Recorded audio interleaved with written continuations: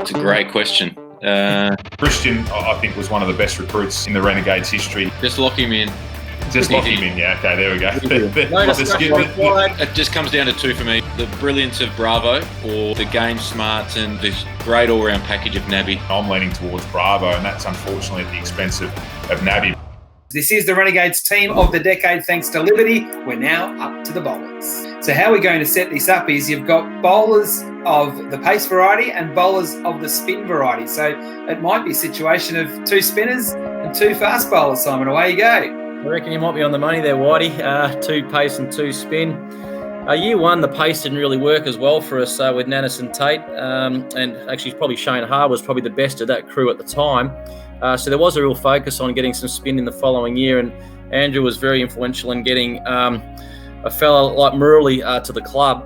Finchy, there's some really interesting names with the spin. If we talk about the spin first, there's some really interesting names and some really interesting characters. Finchy, I'll throw you a couple of names, mate, and just give us your feedback. So Sonny Narayan? He was brilliant. He was so versatile. Someone who a bit like Murley, opposition just sat on him so much. So it actually made the rest of your bowling attack simpler to navigate around because I had to go so hard at them because I was so conscious of Narayan. You had Aaron O'Brien. He bowled pretty well in that particular year. Yeah, and took the new ball a lot too. Sorry, yeah. Took the new ball a lot. Yep. Back in our first year, Ronnie, we had Hammer Hill. Yeah, Shane, not Shane Hill. No, different one. Obviously, Afridi was in our first year too. Brad Hogg, how was he? Yeah, excellent. Yeah, he was a good contributor. Clearly had him towards the end of his career. Had some knee issues. Wow, what a bowler in his time. We got him at the back end. And he was still very, very effective for us during that time. Not sure of his exact numbers, but they would have been impactful. 16 games, 15 wickets, went at 7.7 and over. Yeah, not bad. Righto, gentlemen, let's have a look at it. Murley, Sonny Narayan, Hoggy, Cameron Boyce.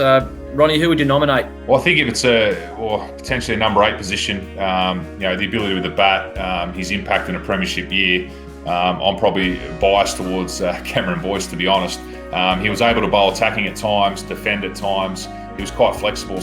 Yep. Yeah, all that I'd toss up would be probably Boyce versus Hogg for that position. And just looking purely at the numbers, Boyce 30 games, 30 wickets, going at 6.9. Versus Hogg, 16 games, 15 wickets, going at 7.7. So that's Boyce for me. Thank you. Yeah, Boyce's economy rate second to Murley, so which might even help us answer our second spinner. Boyce for me. We've got our second spinner. I am totally biased here, Ron. I just thought Murley was brilliant for those 2 seasons. And let's not forget, Murley hadn't had a great history in Australia. And for him to come over meant a lot to him, didn't it, Finchy? Obviously, he had that situation, at the Boxing Day Test many moons ago. And so for him to come over and perform as well as he did at the back end of his career, and he was such a character, wasn't he, Finchy, in the dressing room? Yep.